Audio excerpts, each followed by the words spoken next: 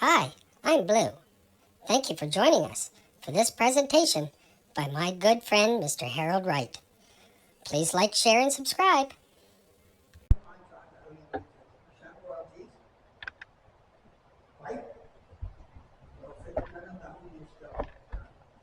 Okay, Dean, fine for me.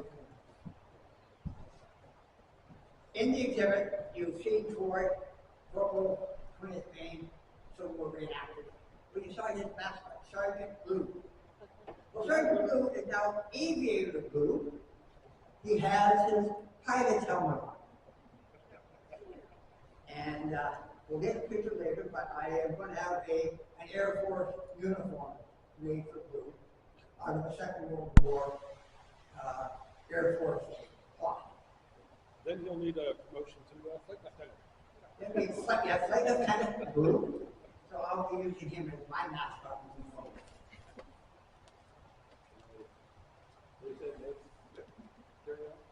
Just carry on, Harold. Thank you.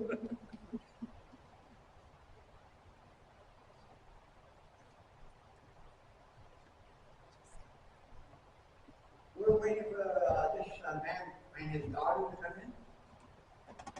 in. Well, isn't this your daughter, sir? You're supposed to say yes.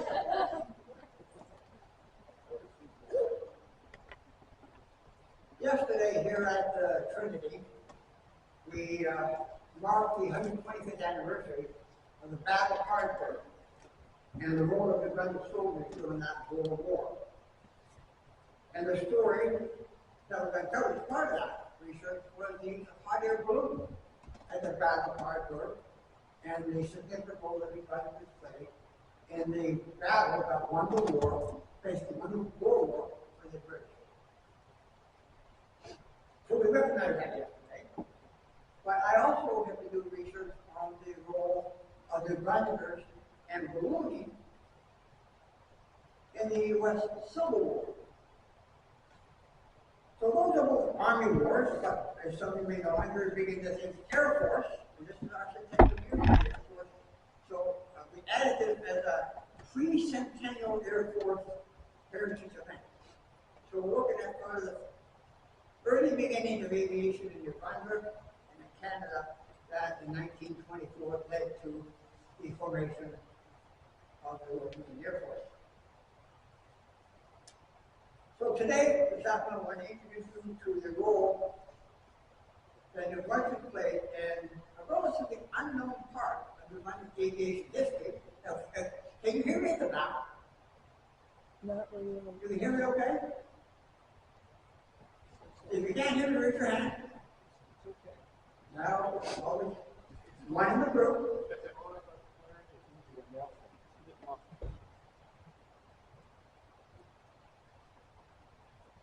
So we're going to begin with the U.S. Civil War. You may be surprised to know that about 50,000 Canadians, of course this is before Canada, so we rather go to the Maritime, Quebec, Ontario, served in the U.S. Civil War. Some for the North, some for the South. And Troy Middleton, the New Brunswick Historical Society, in his group portrayed the 20th Maine and the New Brunswickers who served in the 20th Maine. Now, of those 50,000 Canadians, about 5,000, 10%, were from the Maritime provinces, and of those 5,000, about half of them, 2,500, were from the grunts on both sides of the war. One thing I discovered that during the Civil War, the St. John City Police had a dedicated unit called the Secret Service. And their role was to do the spy work on both sides of the main border to see which New Brunswickers and which traders were doing things to help the enemy. But one of the New Brunswickers who have a connection is John Hay. John Smith Hay. He was from North New Brunswick. He joined the Union Army. He served as the regimental quartermaster for the 9th Maine Infantry. He had 3 brothers who also served. Well, 2 of them were fighting for the South, and 2 for the North. I can imagine what the family dinners were like after the war. Maybe Troy, you had some information. I don't. Now, Now, John became interested in ballooning, hot air ballooning, during that war. And if I may backtrack a few years, St. John is known as the birthplace of Canadian aviation. It's not the Silver Dart Nova Scotia, that's the first airplane. But the first aircraft, the manned aircraft flight in all of Canada was in 1840 on an air balloon in St. John. And that's the first aviation event in Canada here in 1840. So John Smith, Hay of North, joins the Civil War of the North, and he starts hearing about the U.S. Army Balloon Corps. Now, the U.S. Army Balloon Corps was formed under the command of Professor Thaddeus Wall. They used silk envelopes filled with initially coal gas, and they were used for observation. Lowe and Hay became associated with ballooning after the war, mind you. Hay went to New York, started a balloon business. Let's do a sightseeing business. So, like the Suffolk Balloon Festival. So, what was the balloon? Well, he didn't want to pay all the money, the 12 cents. So, he lost his shirt. We're not west, we became very wealthy than that.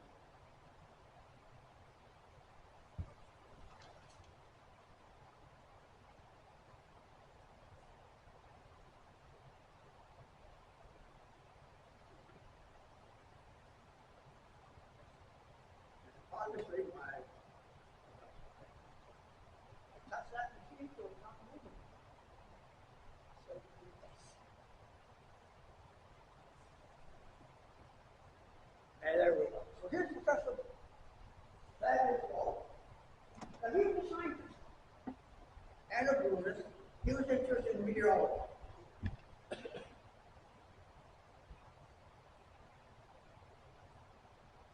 But before we get into more about him, balloons were, as I said, used for observation, or which is intelligence gathering.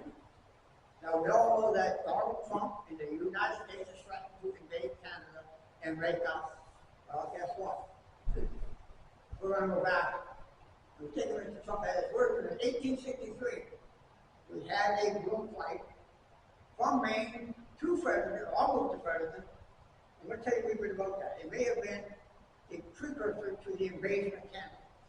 And that was during the Civil War. That was a threat. That was a fear for the British provinces that the Northern Army would invade Canada. Well, they started hearing it running. Professor King, he flew from Bangor, and he kept great detail, great observations of what the shorelines were like, where the settlements were, what the forms were like, what the roads were like. That's what spies were. That's intelligence gathering. But it appears, though, that maybe this really wasn't for scientific purposes, wasn't for spy purposes. It may be more just for exploration. They spent 4 hours in the air, it's getting dark. So they had to make a decision. We keep flying and hope that we can find someplace to land, not water. Or we look for a place and go down. So they look down, up ahead they see, as the sun's going down, a light in the field. So they land in the field. Of course, as soon as they land, people are coming all over to see this monster from the sky. They could hear what they're talking about. One guy says, "They're skedaddlers." Or the balloon is full of conscripts, escaping the Northern Army. Others, though, thought that they may get not 400 or something. They thought it was a Yankee invasion. Very innocent, and that's how the newspaper described her, a very innocent young lady. She caught sight of the new tin water can. They bought the water supply with a tin water can. Well, she thought they were peddlers coming up to peddle their new tin cans. Another woman who had been out milking the cows, and when she saw the balloon, she dropped her milk pail and screaming in terror, rushed into the house crying, "It's a forerunner! It's a forerunner!" She then fell to her knees and prayed with such vehemence as to frighten the rest of the family almost out of their wits. That's what they're called. If it decides to invade Canada, we use the higher ground. I think we may succeed as we find out. will succeed.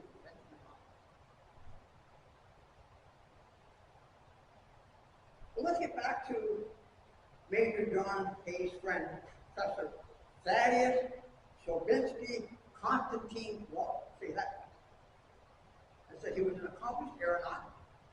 He was a scientist. He had a keen interest in meteorology, and in particular, the study of winds and the study of cloud movements. There was strong easterly, high altitude winds that he thought would be great for flying his balloon, and it would allow for a flight from Brunswick across the Atlantic Ocean to England. However, his scientific investigations in the state were cut short by the declaration of war, so he volunteers his service to President Lincoln that I will do aerial reconnaissance against the Confederate troops. In 1861, Lincoln appointed him as the chief aeronaut of the brand new United States Army Balloon Force. So the first application for balloons they thought was, well, we'll just use for map making. He's up there, get the lay of the land, and we do our battle. So his first assignment was with the Corps of Topographical Engineers. General McDowell, the commander of the Army of the Potomac, realized that there was a lot of value in aerial reconnaissance, not just for maps, also find out where the enemy are, where the trenches are, where their artillery is. And his first flight, in that respect, was in his balloon, the Enterprise, for the first battle of Boer War. Now, the Confederate Army also made use of balloons. Now, you see here the balloon being inflated, eventually with hydrogen gas.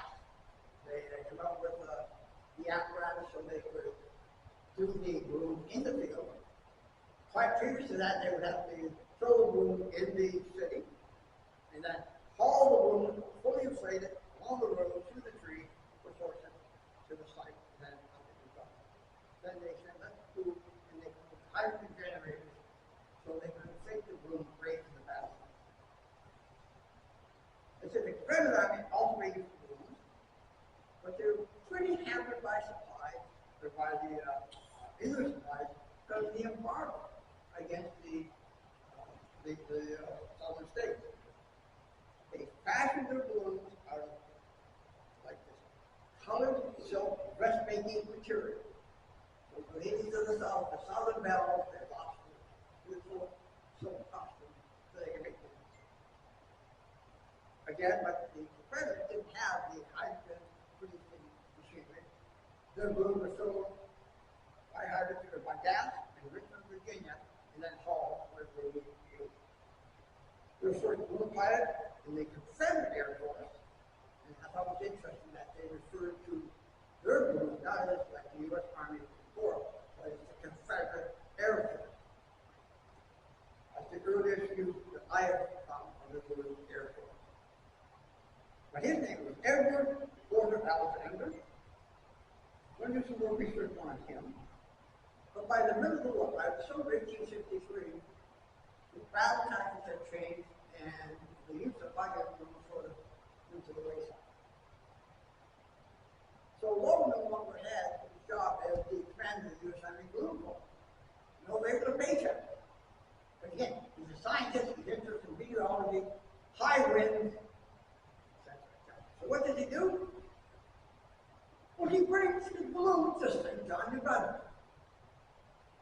The newspaper advertised, and I'm going to quote, "The monster balloon was taken to the property by a garden of the Honorable Robert L. Payton's property on Jeffreys Hill." Where is Jeffreys Hill? In Gary W. Lansford, from you know. Anybody know what Jeffreys Hill is? Well, the newspaper described the beautiful gardens on Jeffreys Hill. And what hill do we know today that has the word garden? Garden Street. Robert L. Payton's garden, though, was basically a parking lot. Here is the parking lot of St. Joseph's Hospital. So that's where Lowe took his balloon.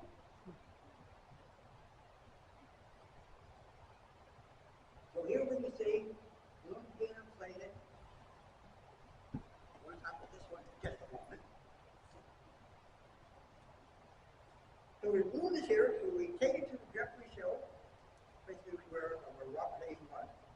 And he was going to take a number of persons to the upper regions.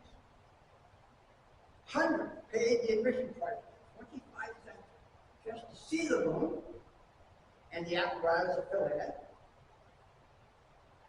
And children under 12 got in for the also. You get into the enclosure, get up close and personal, to see the room being inflated. Or as the newspaper referred to describe it, and I quote, avail themselves of this opportunity of taking a practical lesson in aeronautics. Now, Logan intended to take scientific observation of the atmospheric currents in the upper regions of our latitude. He wanted to see whether the air currents over St. John, the fog, the wind, would give him enough information that he could plan an overseas flight off the planet from the moon. And with that information, he could construct the type of balloon and the envelope and the gondola to go across. Now, some of you may, anybody here probably from West Side? Well, I know some of you West Side, so put your hands up. Okay, 1, 2, 3. Okay. If you're from any other part of the city, problem for you. West Side, as you may know, we had a harbor ferry system. So if you want to come and see my balloon being inflated, your ticket price includes a return trip from St. John to West St. John. You still have to pay from West St. John over to the city, but we'll give you for your 25 cents free passage back to West St. John. Unfortunately, the first couple of days we didn't get too far. First day, the gas inflation of the balloon was so small that by the end of the day, the balloon was fully inflated. The second day, a couple of days, it rains. And of course, that's part of the horrible balloon. You're totally dependent on the weather. Anything except the weather. That's why yesterday's service of the Battle Harbor we had inside the church. So that's the river memorial park, just 2 days. So the next 2 days, no flying. Weather, balloon inflation. But on the third attempt, it blew 35 feet high, was ready to go. You can see the inflation process of the balloon here. That's what it is, balloon disrupted. And again, I'll quote from the newspaper. The balloon flights were tethered. Several flights took place, taking, quote, all persons who desire to soar above the clouds, breathe the pure, rarefied air, and behold a magnificent panoramic spread so far as the eye can see. Now, in 1864, I'm not sure how pure our air was at that time. But beautiful description. But the end of the newspaper pointed out that in the balloon on Hazen's property, you can see all the patches that cover the bullet holes that the Confederate soldiers had shot putting this balloon.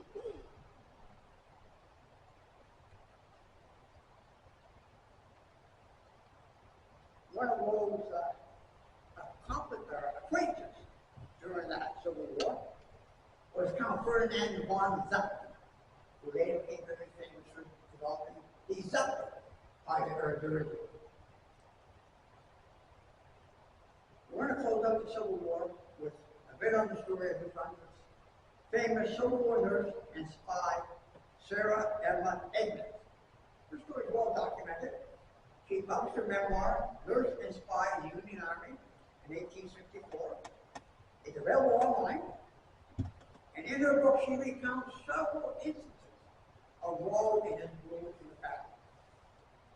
Now, if you want to know more about Sarah, then do what the kids do in school. Google it. And I'm going to quote just a couple short entries from her book, and it will refer mainly to the slide on the left. She wrote that Professor Wall was making balloon reconnaissance and transmitting the result of observation to General McClellan by telegraph from his about this castle in the air. One of the officers one day playfully remarked, "Professor, I am sorry when I see you descend from your balloon." The professor thought, "Well, why, Colonel? Why would you wish to see me suspended between heaven and earth all the time?" "Oh, no, not that, Professor Law. Just that when I see you coming down, I'm not really sure when you'll ever approach heaven again." Another piece of her book, memoir, a most thrilling incident occurs to my mind at this moment in connection with Professor Lowe and his balloon, which I must relate before closing. It took place when McClellan's army was in front of Yorktown. And this is the slide. General Fitz-John Porter, he was in the habit of making lots of sections with Lowe for observation. He would like going up on the balloon. But he wants to go by himself. So he said, "Well, get the balloon ready, I want to go flying. Just me." Well, he gets in the balloon. Okay, let the cable up at full speed. Well, then let the cable up. Problem is, instead of having 2 or 3 or 4 lines to secure the balloon, it had one. That's what happened to that one line. It's up there. Snap, crack, and pop, there's the brakes. And all of a sudden, his balloon is floating through the air. No control. Of course, he doesn't want to fly this. He fly it by regularly. The air ends up. But eventually, as the air cools down, the balloon starts to slowly descend. And as his descent goes, he's not miss the opportunity. He's a general, he doesn't care. So he's going to spyglass. He's still observing the enemy. He's still reconnoitering the American works. He views the remote camp, the beleaguered town, the guns of Gloucester Point, and distant Norfolk. None of the large guns were brought to bear on the balloon, but there were some discharges of musket. So they did shoot at him, but they couldn't get their artillery nowhere high enough to shoot down. So that is a quick snapshot of the ballooning and the Civil War and the Brunswick connection. There's Sarah Edmund. That's Phil McClellan on his balloon.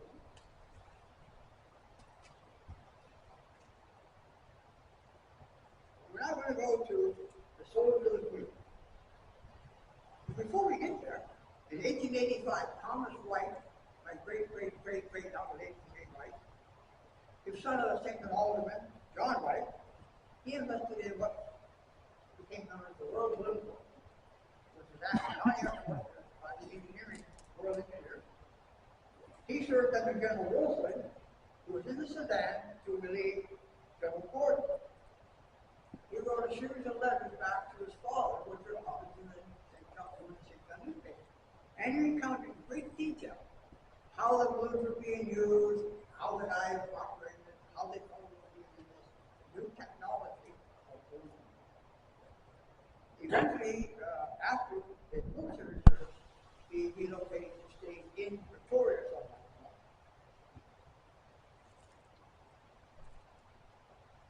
And then the next reference we have to go is South Africa. There are about, round figures, 7,000 Canadians served in the Second Anglo-Boer War from 1899 to 1902. One of the more famous Boer War veterans, you may have heard of the Boer Baby Mom, from the Scout. That relates back to the Boer War. You may have heard of somebody by the name of Churchill, the Prime Minister. He was actually recommended for the Victoria Cross for his action in the Boer War. He didn't get it, but he was not living hard. Lord Beaverville family has connection to the Boer War. In fact, Sir Winston Churchill was a member of the New London Boer War Veterans Association. It's amazing this type of stuff that you uncover as you look at it. So we have 7,000 Canadians in the Boer War, just over 700 New Brunswick served with both the Imperial Force and the Canadian Forces. And of that 700, 114 also served in the First World War. And then one guy served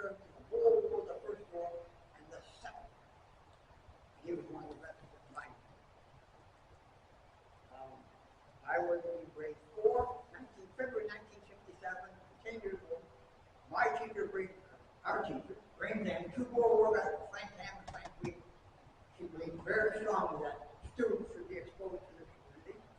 So that was part of it. I can still see right now in front of me Frank Ham and Frank Weaver. They were so impressed with us. Why did they do that? Yeah. And then I go home and said, "Oh, Mom, guess what? I met the, oh, I know Frank Weaver. He was in the original park. So I got to visit him at his home."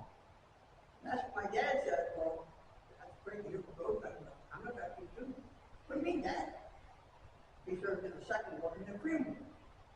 But if I hadn't gone home and met the World War veterans, I may not have known when I would have known that Dad was a veteran in 2 wars, or that Mom knew Frank Weaver. But it was also during this war that the Brunswickers were introduced to the air power of hot air balloons, mainly for observation. 1899, the Royal Engineers Balloon Factory at Aldershot, England, went into increased production of hot air balloons for the Boer War.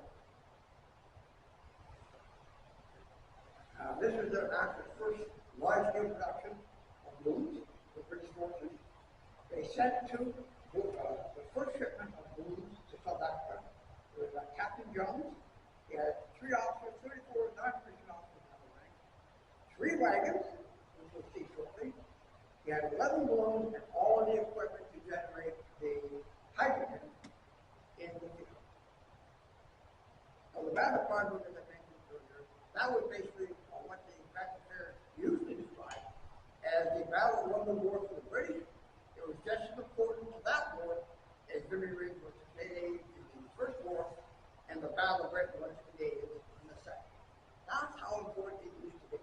Now, how many of you, please raise your hand, knew a Boer War veteran or you related to him?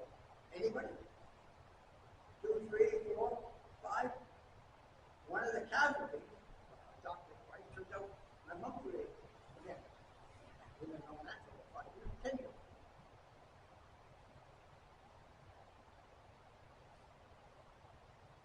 The Battle of Freyberg started on the 18th of February, and the final day of the battle was the 27th of February. It was really the first major battle for Canadians during that war. During that war also, which was Canada's first war, the first Canadian to die was from Survivor. Strangely, the first Canadian to die in the Second War was from Survivor. The first Canadians to die in the Second World War died in the war. Well, actually, there were 2 up amongst them, and 2 Air Force died. And then the last guy to die in Afghanistan was from very strange, first to last. So during that battle, the first day, the losses were 18 killed and 16 wounded in that first battle. Baptism of fire. That was our bloodiest day of the entire war. So because we lost so many troops in that first assault, the British Army said, well, maybe we should just shoot at Canadians and tanks. Maybe we'll change our tactics so we don't lose too many people. So what they figured instead of doing a frontal assault, let's just surround the Boers and wait them out. We'll starve them out. Cut off the water, the food, etc. And Bruce was favorable to that to make sure that the escape not being smuggled out. In the early hours of 27th of February, a Canadian-led sneak attack went into the Woolhanger to hopefully defeat the Boers. Of course, they had tripwires. Tripwires are still used by the military today. Yeah. Nighttime, 3 o'clock in the morning, they got a little wire tied to tin can. I'll say, you make a noise, the Boers ready for being attacked. Well, unfortunately for John McDermott of West St. John, during that attack, also had to answer a call about the Nature. So he goes to the local force, does his thing, turns around to go back to where he thinks he should be, gets all ready there. And all of a sudden he realizes that everybody around him is not speaking English. He became Canada's first prisoner of war. So he saw the battle. But because the enemy was warned by that tripwire, all the Royal Canadian Regiment, which is our, as you see, this is actually the admit of the Royal Canadian Regiment at Freyberg on one of those days. All companies of the Royal Canadian Regiment, all the British units, retreated. They didn't continue. Except for two companies, G Company from New Brunswick and H Company from Prince Edward Island. They either didn't hear the command to retreat, or they chose to go. They continued the battle. And G Company, or Golf Company, they basically defeated General Tronje and his troops.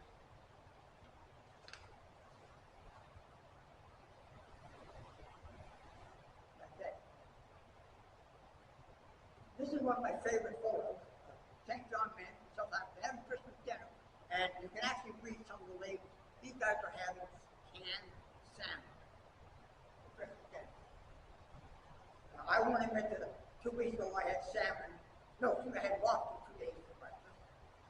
But they're actually eating pretty good. These are the Canadians on the way at the Battle of Brunswick. But because G Company continued the battle, General Pierre Tronje, who was the commander of the Boer forces, decided that they would let the others. They lost several thousand men during that battle, so he surrendered his troops. Part of the success of that particular battle over those 7-8 days was the observation balloons that were able, and I want to read a couple of quotes in a moment, but here you can see they got the balloon inflated, and they're actually pulled by a horse and wagon into position. Battle cars were, I mean, you see the Canadian British troops and the balloons. So General Tronje surrenders. There were several flags to surrender. One of those flags was accepted by Captain Harold Jones of St. John. Harold Jones' son was in the 98 actually decades ago. He was on his way to the furnace. And heard that big little metal. And I donated that flag. I made sure that flag is down in the button of the Royal Canadian Regiment in Gaystown. So Golf Company from the Boer War still exists. It's in Gaystown. It's one of the companies the second time in the Royal Canadian Regiment. And yesterday, they were not able to participate because last night they had their Cardinal Day. Every couple of years they have a big celebration. They still commemorate that battle today. They still remember all of their men that they lost in that big battle. So that was the right place for the flag. 4,000 troops, more troops were lost in that particular battle. That would have basically 10% of the entire force. The British changed their tactics because the Boers did. The Boers no longer did trenches and fortified positions, they were using the guerrilla tactics. So the British then had to deal with guerrilla warfare. Now during this particular battle, one of these soldiers of the Golf Company, G Company, wrote a letter home. Back then they didn't have censorship. So he wrote a very detailed letter from Battle of Harvard, but specifically he was talking about the use of hot air balloons. And I want to quote him. The war balloon has proved a most useful adjunct, making access daily and getting information as to the Boer position. The Boers directed a heavy shrapnel fire in the endeavor to destroy the balloon apparatus. What's meant by heavy shrapnel fire is that the tank. We tried to shoot the balloon. Early use of anti-aircraft tanks, basically. One of the part brigade balloons that was used for part of the battle balloons was 12,000 cubic foot. Such as a Connaught. And unfortunately for the British, the Boers were successful. They filled it full of holes, so it deflated, and they were able to use it for the battle. Same kind of picture in another article during the Battle of Brunswick. The British took 80 prisoners as a result of yesterday's engagement.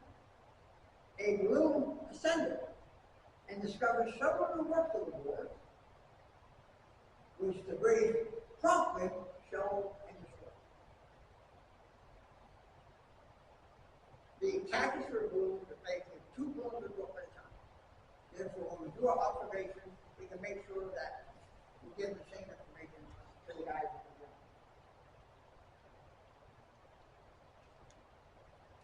communicated by single mirrors, by helographic machinery, they called it. The Boers were pretty smart though.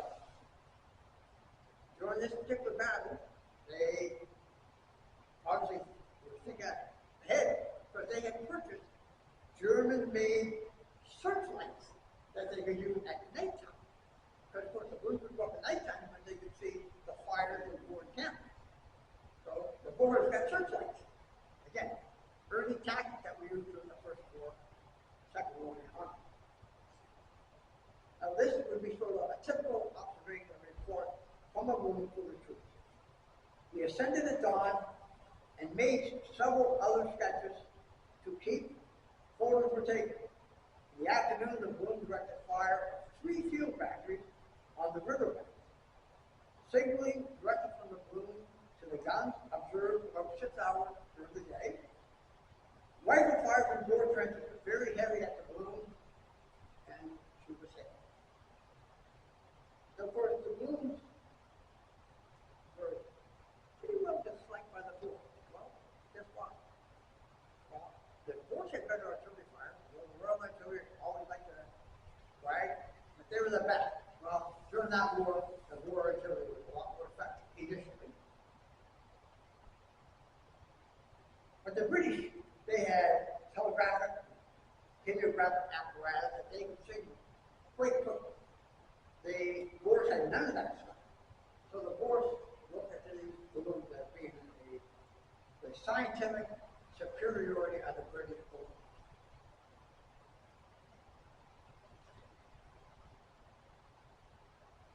This is the Battle of Brunswick. You can see the balloon. This is the surrender, the Battle of Brunswick. And in my exhibit, I actually had one of the photographs was the Captain Harold Wright of St. John accepting one of the flags of surrender.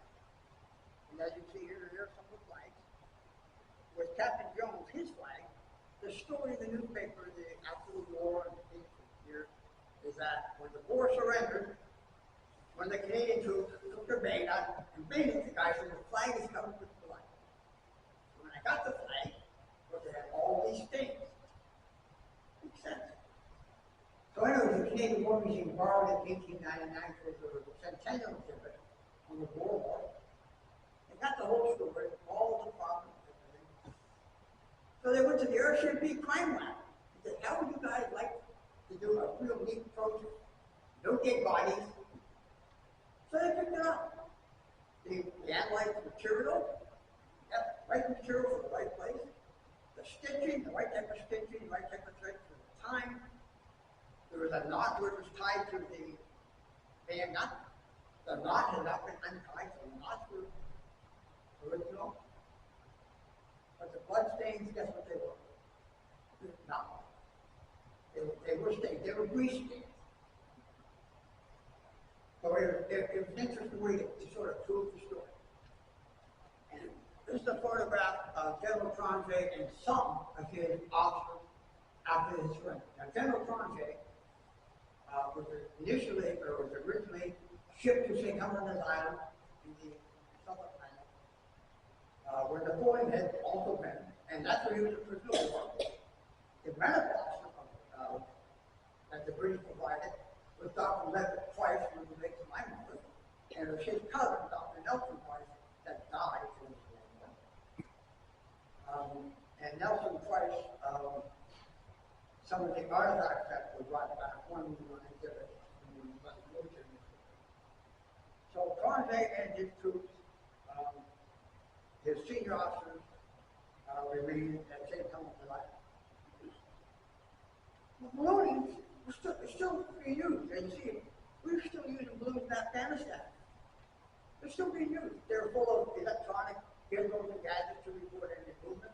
This is St. John, a dirigible, or an anti-aircraft balloon, a large balloon, St. John. And here's a balloon at the Battle of Ypres in the First World War. Byron O'Leary, some of you may know, inside the active medal display. On our way here this morning, as we're talking, oh, I've got an American set of medals and documents of a St. John man who served with the U.S. Army Balloon Corps in the First World War. So I'll add this. Basically, I'm taking you from the first bloom fight, 1840, I'm mentioning that. We still use blooms today. In fact, I guarantee you at some point today or yesterday, the Batestown, the Canadian Forces School of Meteorology, the weather center is at Batestown for the whole world. They send out weather blooms every couple of days. So there's probably a bloom that I tell you about today. You take weather measurements and then transmit it to all the day. So I'm more than happy to answer any questions. If I don't know the answer, I will do a typical data toss. I will make something up, make a real good story. I think. Anyway, folks, any questions, I'll be happy to try my best. If you don't ask me a question, I'll ask you. Leah. I was going to ask you a question. Are they all man? Were they all man operated? Pardon me? Were the balloons that were used in war, in the Boer War and beyond, are they all man operated? Well, I'm going to use the definition of man then. They're all male, they're all men. Everything from the operators to machinery. But in more recent years, some of the operators could have been female. I didn't mean that. I meant were they operated by machinery? Oh, yeah. They all went up by winches eventually. And they still use winches today. Yeah. Although they would have been manually operated But there are before, people, but today they're all done by push button. okay, but there are people in them, is what I'm trying to find. Not in Afghanistan. They were all large rooms. No.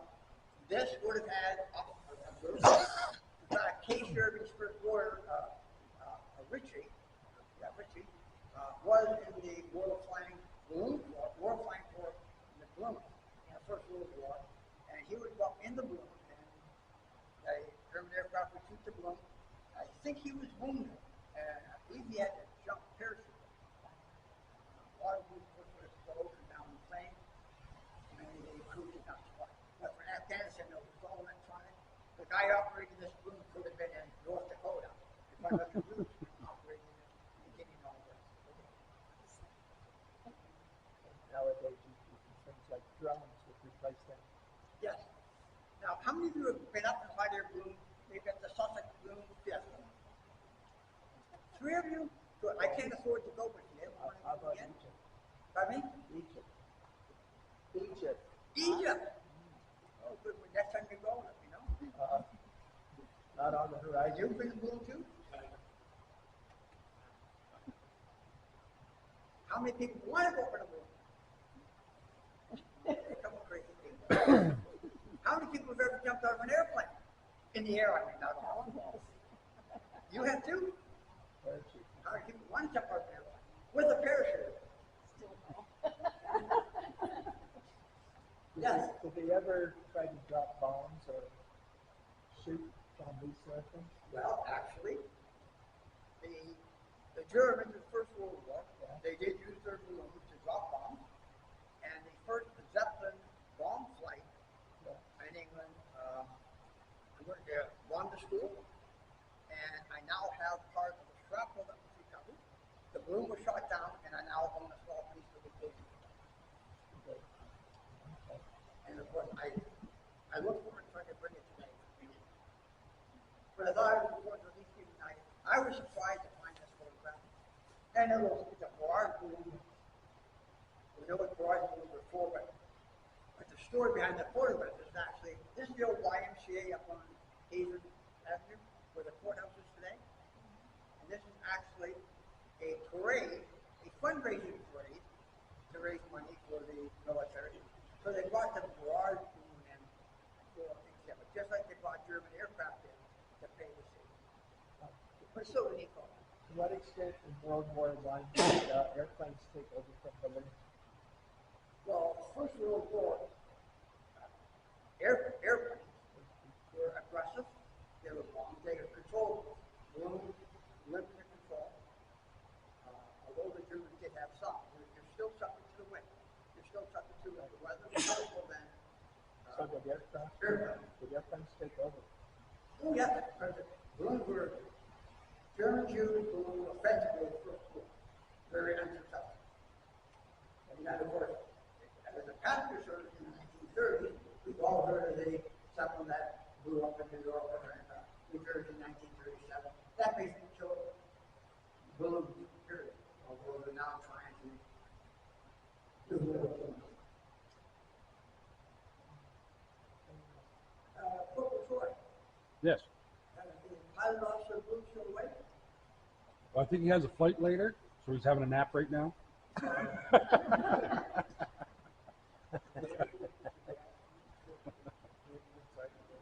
Any more questions? Did they ever change the gas inside the balloon? I can't, for some reason, I can't hear, it's too far away. Change the gas. Change the Okay. gas unit. Coal gas was the initial one in the early part of the mid to late 19th century. Then they went to hydrogen gas. But, and of course, hot air. But hot air, you had to have another flame. So you had to keep the hot air flame. So it keep the hot air, you could go up. The air cooled, you'd come down. But hydrogen balloons, because of the technology of how they were made, stitched together, the gas would leak, so they actually had small canisters of hydrogen gas that they could use to continue to inflate the balloon. And if you wanted to descend, you just basically open the valve and let the gas escape and you come down. So you could control, to some degree, going up and coming down. Pretty little like you have a question.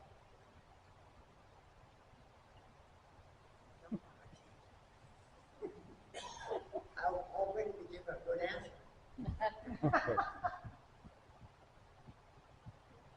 No other questions? You let me off easy. Thank you. Was there any mechanism on top of the balloon to let the gas out?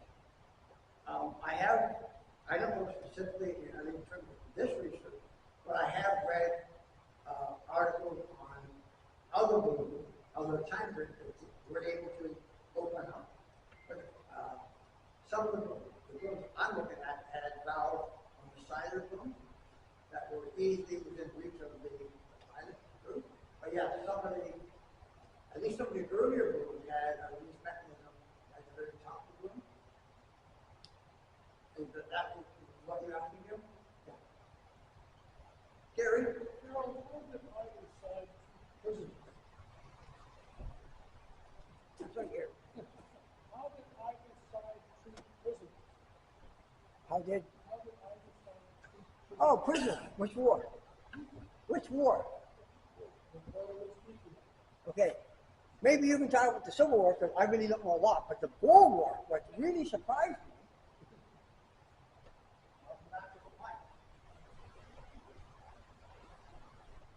Well, a couple things. When you hear concentration camps, they think the German Second World War. Well, guess what? World War, British, and all the concentration camps is you literally putting a whole bunch of people in a very small area to concentrate. So the concentration camp, basically World War period. Everything that I've read, though, basically is both sides treated the enemy with a lot of respect, relatively well fed. I bought a photograph album 45 years ago, St. John's Harbor, and I was literally shocked to find photographs of a war prisoner of war on a ship in St. John's Harbor that had been imprisoned in Canada, and he was being shipped back to South Africa after the end of the war. Again, I haven't done any research on his name was J.T. Herbert. So he got Herbert, yeah. Why was there a war prisoner or war in Canada? Again, something that Gary, you can pick up that research if you want. But yeah, that's another research program. I'll never do that with you. I'm going to say, Troy, Civil War, well, with what you know, did the North treat the South prisoners relatively well, or vice versa? No. No. On both sides. Both sides.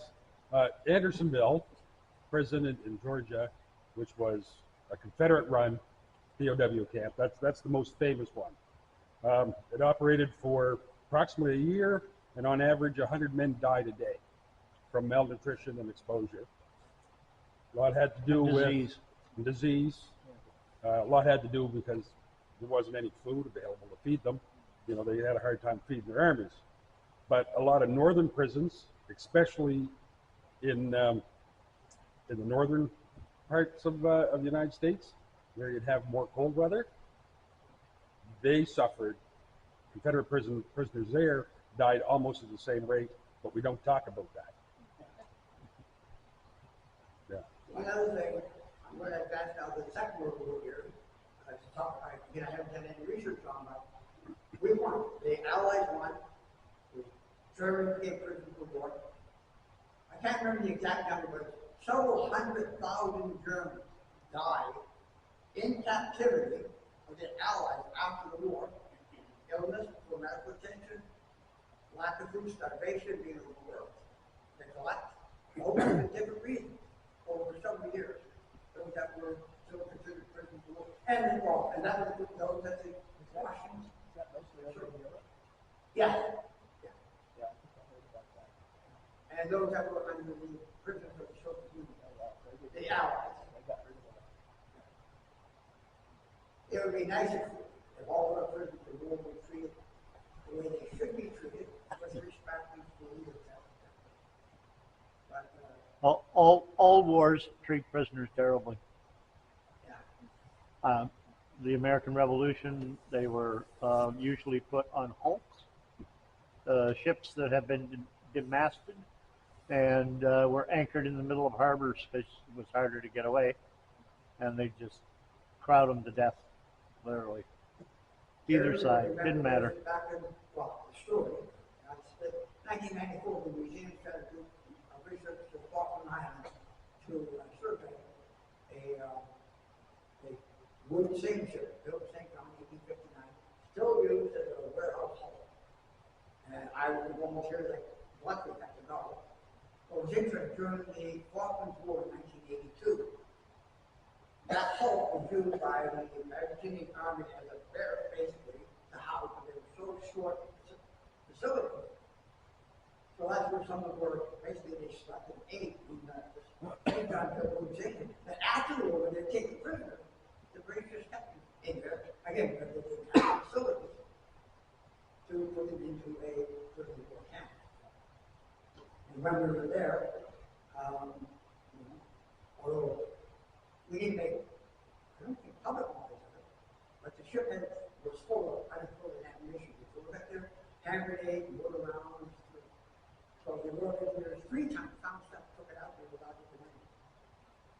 And when we found more stuff, we did tell them what we did. Because they wouldn't have let them get finished for sure. So we did our work. So yeah, prisoner of war, Geneva Convention sounds great, but unfortunately, doesn't work. A couple years ago, Bear Harrison, some of you know, Devin and I have been friends for 50 years or so. One of our battle break shareholders that we had, said that things we're now building here in the church. Well, we're getting ready. There's a tour of one cruise ship. They wonder what we're doing in that war. And I said, oh, we're commemorating the battle break when we won against the Germans, blah, blah, blah. Oh, we're from Germany. This is the German cruise ship. Would you like to join us? They were surprised that there was nothing in our ceremony that was anti-German, anti-anything, but we were showing respect, not only to our troops, but all. You have to remember, unless you remember the Nazi Party, they were doing the same job that our guys were doing. In the military, we were doing. So they were surprised that that was sort of the attitude that they were looking for. Because for most of them, they never experienced that. As, the Germans were Nazi, blah, blah, blah, blah. We're showing respect to those at the time. Nazi party, get the story. So that was a nice experience to get that reaction from them. And that they were so thankful to be invited to participate, or as spectators. Yeah. Harold, to answer somebody's question on what happened in the Boer War, many prisoners were shot simply because you couldn't keep them, couldn't take them, and they were shot on the spot on both sides. And the black population of South Africa tended to side with the British to get revenge on the Boers from the past. A good movie to watch, it's hard to get one on the South African War. Breaker Morant is a famous character, and it's based on a true story, and it will kind of give you some insight into just how cruel both sides were to one another when it came to prisoners. Recently, I read an article, and again, we probably remember hearing stories of the Germans, especially after D-Day Day, instead of taking prisoners, they executed Canadian and Allied soldiers. Guess what? We did the same thing, not maybe to the same scale, but there were Canadian troops, Allied troops that, well, it's a choice. We take you as a prisoner, feed you, throw you, all that stuff, or, oh, he died. That is documented, but that's the reality of war. You're not playing chess, you're not playing a baseball game. You're basically going to kill each other so that your side can.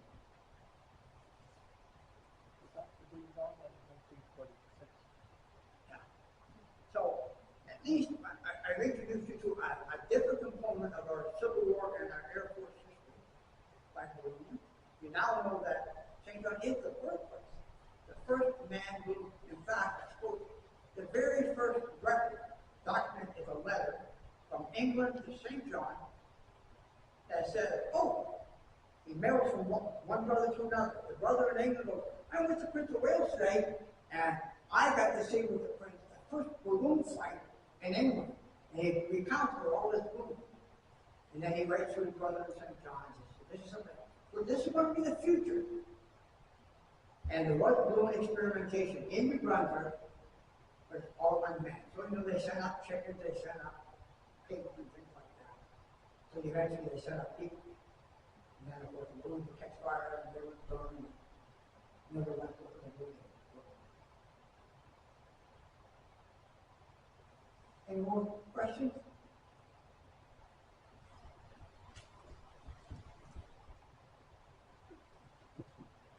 I'm afraid I'm going to ask you a question. No, okay, well, thank you very much, ladies and gentlemen, for the opportunity. So, in the future, when you think or hear the Boer War Awards, just remember there's quite a connection to our hometown. And in 1863-64, Donald Trump began the process of invading Canada with the hot air balloons remaining to front. Harold, could I just say, as co-organizer of the Heritage Fair, I want to thank the corporation at Trinity Church for making this day available to us. We, to have this room available is expensive. The heaters have to be turned on 24 hours in advance. So it's not a small expense, and we did have a way for you to help us give the church back some money. And if you still would like to contribute to that, I have the money we took in, and you can just leave it on the table here. Also, Harold, did you mention what you did yesterday? Yes, I did briefly. Thank you, church. Yeah, because there, I don't know if you saw this plaque over here, but this history of this church goes way, way back to the Boer War.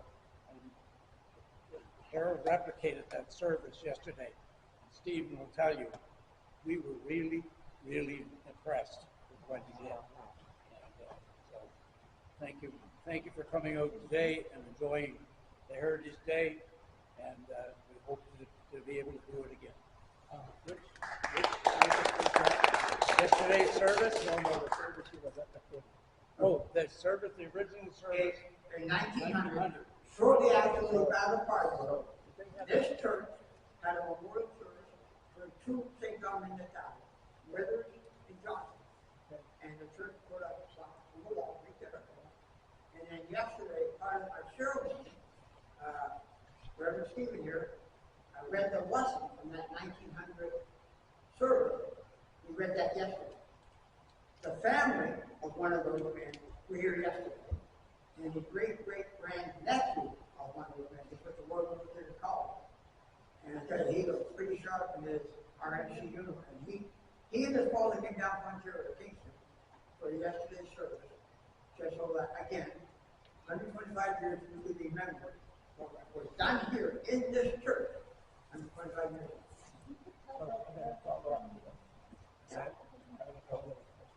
Yes, follow-up question. Okay. Pardon? He's got a follow-up question here. So I remember reading about World War I. There was a lot of preaching from the pulpits about with God on our side, right? Okay, so what was it happening with World War? Any of that? Was God on their side? You know what I mean? God's on our side, not on theirs. I would say, I mean, again, if we don't measure the World War by today's moral standard, political standard, etc., at that time, most Canadians were white Anglo-Saxon Protestant, very British, very proud of the monarchy, very proud of the empire. And when the king says, we need your help, the Canadian government did not automatically say yes. They pondered, they thought that we will make the decision, and they did. Of course, it was assumed that we would say yes anyway. But, and churches raised money. They held fundraisers to support the troops. I had a couple of photographs in there of the Amazons. This was the women, the wives and girlfriends. I remember the St. John shoes were there. They dressed up as nurses and as soldiers, and they raised money. In fact, for the Canadian troops, we had a South African contingent fund, raised money to help the men, and there was still money in that fund, I think up to the 1950s, I believe.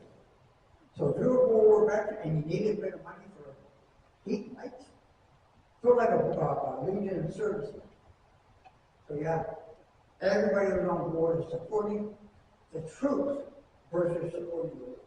It was the men, and there were 12 nurses, so the 7,000 men and the 12 nurses, we were supporting them. That's how I think how the community looked at it.